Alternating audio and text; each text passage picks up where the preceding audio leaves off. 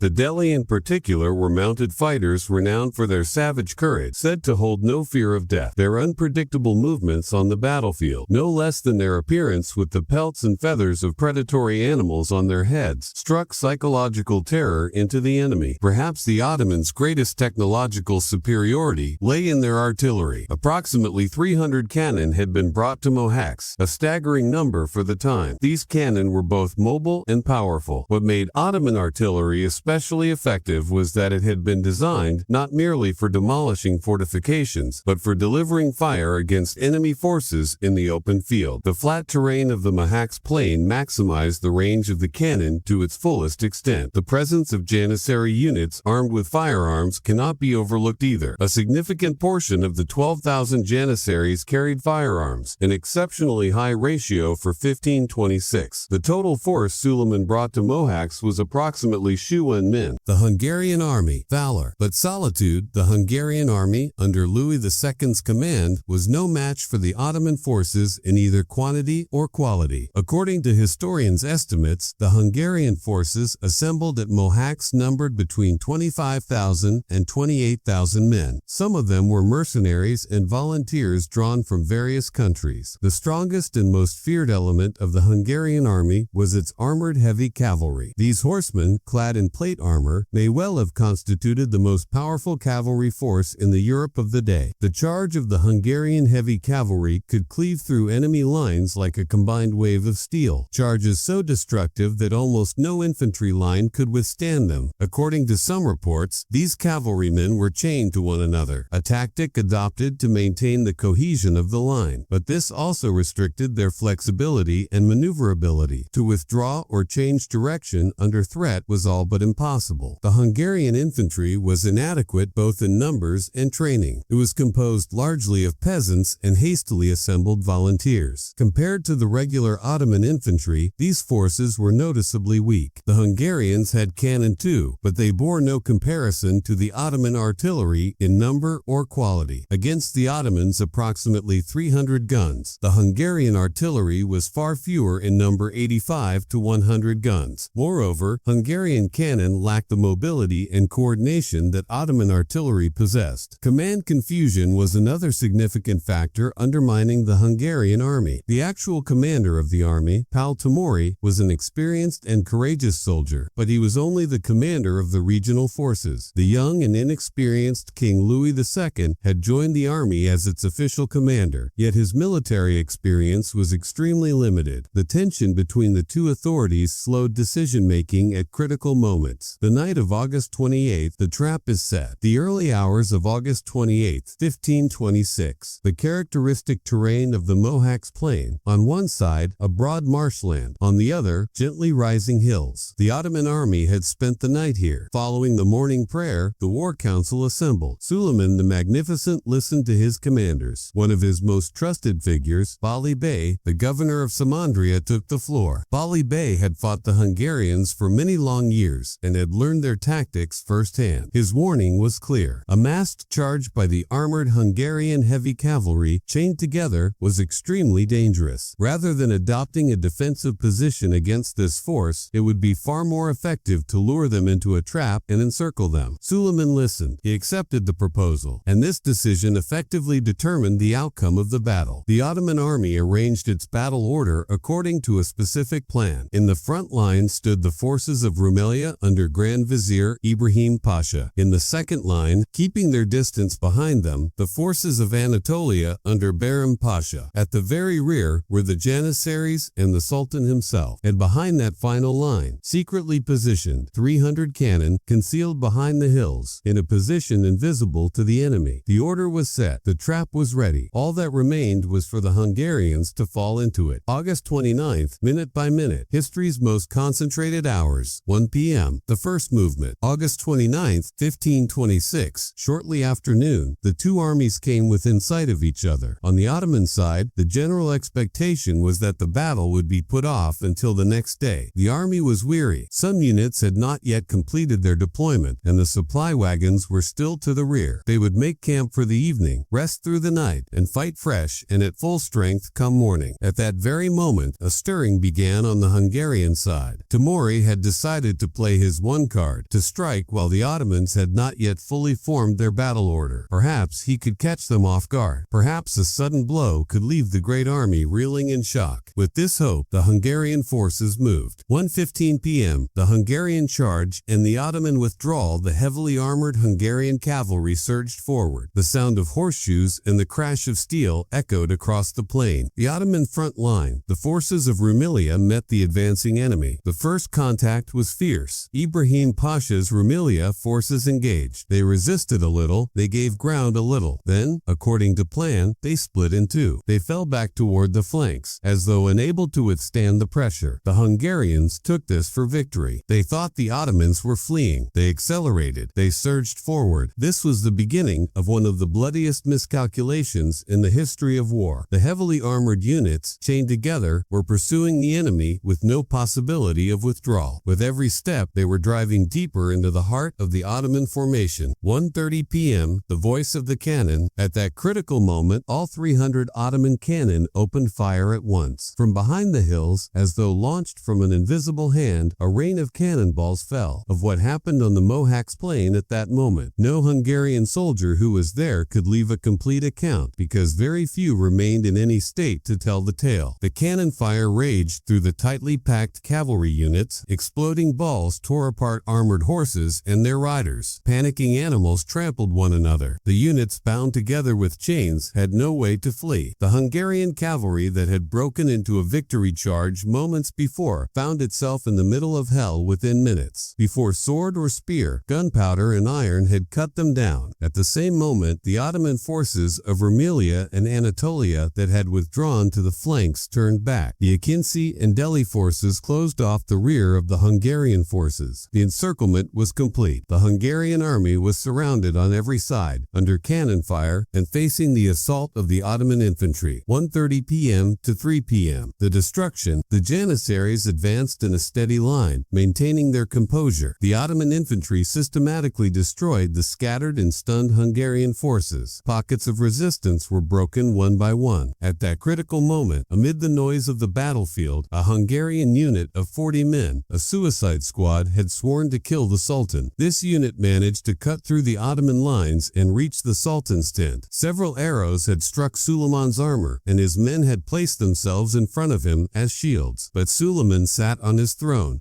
calm, waiting. This composure was the very foundation of the army's morale and order. Within approximately 2 hours, the Hungarian army had been practically destroyed. The Hungarian commander, Pál Tomori, lost his life on the battlefield. King Louis II, realizing the battle was lost, attempted to flee. In the growing darkness of evening, blinded by panic, he came to the KSCL stream. His horse stumbled while trying to cross. The young king, weighed down by his heavy armor, fell into the water and could not get out. Louis II, 20 years old, died not in battle, but while fleeing, drowned in a stream. Losses and outcome according to the bodies counted on the battlefield. 20,000 Hungarian infantry and 4,000 Hungarian cavalry had lost their lives. The number of prisoners taken reached 10,000. Almost the entire Hungarian army had been annihilated. Ottoman losses were comparatively far lower. The 1,000-year-old Kingdom of Hungary had passed into history in 2 hours. The genius of Suleiman, from tactics to strategy. Suleiman, the magnificent success at Mohács cannot be explained by sheer numerical superiority alone. The advantage in forces he possessed was real, but the strategy was genuinely masterly. First, he heeded Bali Bey's advice and adopted a different tactic against the Hungarian heavy cavalry. He pulled back the front line, drew the Hungarians in, encircled their rear, and destroyed them with artillery. Second, the timing and ground of the battle were not left to chance. The Ottoman army waited for the Hungarian forces in a chosen field. Third, even during the assassination attempt, Suleiman did not stir from his place. This composure was the conduct not merely of a commander, but of a statesman. Taken together, these three elements mean that Mohács was not a massacre. It was the execution of a strategy. It was a living demonstration of how strength combined with intelligence, number combined with plan, and patience must overcome anger. The deadly lesson of the illusion of power. One of the most enduring lessons that the Battle of Mohács left to history is the danger of the illusion of power. Louis II leaned on the guarantee of a strength that did not in fact exist. The armies of Charles V never came. The gates of Europe never opened. The kingdom went to war on the fantasy of an alliance that was not real. This lesson is not confined to medieval history alone. Misreading the balance of power, overestimating the strength of alliances, and failing to see just how alone one truly really is. These are errors repeated on the political stage of every age. What died at Mohács was not only 25,000 Hungarians. The miscalculation itself died too. The Ottoman power, on the other hand, was not merely military. The Ottomans could blend diplomatic intelligence with military force, managing the relationship with France, positioning Hungary as a buffer zone, calculating the timing of the campaign. These were the decisions not of a warrior alone, but of a statesman. Suleiman had already won at the table before he won on the battlefield. History's most productive 2 hours were written in this way: 1,000 years in 2 hours. 2 hours, one kingdom. In history's most silent collapse, a young king disappeared into a stream, together with his armor. August 29, 1526. By the time the afternoon reached 2 o'clock, the Mohács plain was no longer a battlefield. The battle was over. All that remained was the settling of accounts, and that settling was brief and merciless. The last army of the Kingdom of Hungary had dissolved before the Ottoman cannon, its cavalry units encircled, its infantry lines systematically broken. But to describe this collapse as a mere military defeat is to shy away from grasping the depth of what had happened. What was destroyed at Mohács was not only an army, a 1,000-year-old political will, a tradition of statehood, and a people's historical sense of security were destroyed alongside it. Right up to the final hour of the battle, the Hungarian commander, Pál Tomori, struggled to rally the disintegrating units. He was an experienced soldier. He had fought the Ottomans in the border wars and had learned firsthand how to hold fortresses and how to organize lines of withdrawal. But that day, there was very little left for him to do. The Ottoman encirclement was complete. The escape routes of the Hungarian forces had been cut off. Tomori fought until the last moment and lost his life on the battlefield. When the fallen commander's body was found in the evening, dozens of dead soldiers lay around him. It was perhaps the most honorable death a commander could die, but that honor gained Hungary nothing. The final hours of King Louis II unfolded in a manner far more tragic, far more dramatic, and laden with history's irony. When it became clear the battle was lost, the young king was removed from the battlefield, most likely at the insistence of his close guards. He was 20 years old. He had been on the throne for 10 years, yet had never truly ruled. He had been 9 years old the day Hungary placed him on the throne, and he had spent most of those 10 years, from 1516 to 1526, as the symbolic figurehead of a kingdom whose real power lay in others' hands. Now that symbolic king was fleeing. The Kisil stream, history's most silent turning point. As evening darkness settled over the Mohács plain, Louis II and his small retinue pressed southward, toward where the Ottoman forces were not. The road passed through marshland and rough terrain. The recent autumn rains had turned the ground to mud, and the streams had overflowed. The Kisil stream was normally a crossable flow of water, but that day it had swollen. The king entered the water on horseback. The horse was probably exhausted, perhaps unable to feel the ground beneath it. A momentary loss of balance ended with king and horse toppling into the water. The heavy armor he wore pulled Louis II down like an anchor. The young king drowned. News of this death could not be properly confirmed for days, even weeks. The body was only found weeks later, when the waters had receded. Armor fragments on his face and his sealed ring established his identity. Hungary's last independent ruler had died not in battle, but on the road of flight, in a desolate stream, in complete silence. History sometimes writes its greatest turning points in the most ordinary and most desolate of scenes. As the Ottoman forces withdrew from the battlefield, they began sweeping the surrounding area and gathering prisoners toward evening. Suleiman the Magnificent jotted brief notes in his diary for that day. In the days that followed, he recorded the march to Buda, the spoils taken, and the number of enemy killed. According to Ottoman sources, more than 20,000 Hungarian infantry and cavalry had lost their lives. Around 10,000 had been taken prisoner. These figures, under the conditions of the time, meant the near total destruction of an army. The great majority of survivors either fell into captivity or scattered in flight into forests and marshes. The fall of Buda, the surrender of a capital only. A few days had passed since the battle when Suleiman began advancing toward Buda. Hungary's capital lay a mere 150 kilometers from Mohács, and there was neither an army left to defend it nor any organized resistance. The gates of Buda stood practically open before the Ottoman forces, but the Ottoman entry into Buda was not a scene of classic conquest. Suleiman had no initial plan to annex the city permanently. The calculation was different: to keep Hungary as a vassal buffer state, to create a living zone of friction between the Habsburg Habsburgs, and the Ottomans. This was a long-term strategic vision that went far beyond a purely military gain, and so Buda was taken, pillaged, subjected to a heavy tribute, and partly set alight, but no Ottoman garrison was permanently installed. The Sultan took the city and then withdrew. The pillaging of Buda left deep marks. The royal treasury, works of art, libraries, and archives accumulated over centuries fell into Ottoman hands or were destroyed. Manuscript works from the Hungarian Royal Library were transported to Istanbul. Some of them can still be found today in the archives of Topkapi Palace. A nation's memory was shattered that day. A legacy divided into three. The death of Louis II without an heir plunged Hungary into a legal vacuum. Two rivals stepped forward for the throne. On one side, Ferdinand of Austria, Archduke of Austria, brother of Holy Roman Emperor Charles V, and brother-in-law of the widowed Maria. On the other, János Szapolyai, the voivode of Transylvania, who had declared himself Hungary's legitimate ruler with Ottoman backing. The conflict between these two rivals ravaged Hungary for decades. Ferdinand, drawing on the power of the Habsburg dynasty in Bohemia and Austria, established control over western and northern Hungary. Szapolyai, under Ottoman patronage, founded a separate kingdom in Transylvania and sought to maintain his influence over central Hungary. In 1541, with Suleiman's second great campaign into Hungary, Buda was permanently attached to the Ottoman Empire. The province of Buda was established, and the city came under direct Ottoman administration. The picture was now clear. Hungary had been divided among three separate powers. The west and north were under Habsburg control. The Principality of Transylvania maintained a semi-independent existence as an Ottoman vassal structure. It paid tribute to the Ottomans. It could not conduct foreign policy without Ottoman approval. Ottoman intervention was decisive in the selection of princes in 1613. For example, the Ottoman army installed Betlen Gabor on the throne. Autonomy, internal administration, the tax order, and local governance remained largely in the hands of the Transylvanian princes. For this reason, the term semi-independent is accurate. Central Hungary, meanwhile, had become a direct Ottoman province. This fragmentation was lived not in the memory of a single generation, but in the bloody history of 5 generations. For 150 years, Hungary continued to exist as one of the most permeable conflict zones in Europe. Demographic destruction, the pain that numbers cannot tell. The great defeats of history cannot be measured solely by the number of dead on the battlefield. The true demographic cost of Mohács lies in the systematic collapse that unfolded over decades. The Ottoman-Habsburg Wars burned and devastated Hungarian territory at regular intervals. Villages were set on fire, crops were destroyed, livestock was taken away, armies came and went. Every passage left behind poverty, famine, and disease. Some historians estimate that Hungary lost more than half its total population over the course of the 16th and 17th centuries. Large stretches of the Hungarian plain gradually became an empty and desolate landscape. These lands, once adorned with prosperous farms, towns, and churches, became virtually depopulated under the weight of unrelenting war. To fill this demographic void, the Habsburgs settled various ethnic groups on these lands, primarily Serbs and Germans. Romanians moved into Transylvania. Serbs were resettled in the southern border regions. This process fundamentally and permanently redrew the ethnic map of Central Europe. Regions that had possessed an almost homogeneous Hungarian population before that era had become, by the century's end, a multinational, multilingual, and multi-religious mosaic. This mosaic forms the foundations of the political complexity of today's Balkan Peninsula and Central Europe. Mohács buried not only an army, but an ethnic geography as well. The sword of the Reformation, Protestantism, and Ottoman pressure, the effects of Mohács on Hungary were not confined to political and demographic dimensions. It also fundamentally altered the religious map. In the regions that fell under Ottoman dominion, the Catholic ecclesiastical organization largely collapsed. Bishops fled or died. Monasteries fell into ruin, and clergy scattered. This institutional vacuum opened a space that new ideas could fill. The reform movement that Martin Luther had launched in 1517 was spreading rapidly across Central Europe. Hungary, with the collapse of religious authority, was transformed into one of the most fertile territories for the spread of Protestantism. The Principality of Transylvania in particular formed one of the most remarkable religious geographies in Europe. Calvinism, Lutheranism, Catholicism, and Unitarianism began to coexist in an atmosphere year of relative tolerance. This pluralism was a paradoxical gift of Ottoman pressure. In a place where religious authority had lost its force, different faiths could breathe together. Charles V, meanwhile, was fighting on two fronts simultaneously: the Ottoman threat to the west and Protestant revolt within. Historians today suggest that Ottoman pressure indirectly facilitated the survival and spread of Protestantism. Charles V could not expend the military and political energy needed to crush the reform movement while ignoring the Ottoman front. Mohacs thus became not only a lever of one war, but an indirect lever of Europe's religious transformation as well. The anatomy of a folk saying more was lost at Mohács. This sentence is a proverb that still lives in the Hungarian language today. It is spoken whenever a great catastrophe, a loss too hard to recover from, an endless collapse needs to be described. Proverbs are the crystallized forms of a society's collective memory. They show how deeply an event has embedded itself in that society's identity. Mohacs has been carved this deeply into the Hungarian language. This saying carries not only a backward-looking gaze, but also a melancholy directed toward the future. In every decade that passed after Mohács, Hungarian society felt the shadow of that defeat in some form. The long humiliation of the Ottoman era, the Habsburg pressure that followed, the quests for national independence, and the political upheavals of the modern age, all of them, at some point, refer back to that first great rupture, those 2 hours. Collective trauma does not remain within the memory of a single generation. It is passed on from generation to generation, from word to word, from song to song. The national awakening movement that rose in Hungary in the 19th century placed Mohács back at the center, both as a ceremony of mourning and as a symbol of resistance. The defeat gradually became the raw material of an identity under construction. Like many nations, the Hungarians wove their past not only from victories but from defeats as well. The heartbeat of Europe changes. The effects of Mohács on Europe cannot be confined within geographical boundaries. This battle effectively reorganized the European balance of power. The Ottoman Empire was now an active player, not only in the Balkans but in Central Europe as well. The Siege of Vienna in 1529 brought this reality into sharp focus before Europe's eyes. Ottoman armies were now at the very threshold of the roads leading to Italy and Spain. This threat changed the language and logic of European politics. The dream of forming a united Christian front against the Ottomans was raised time and again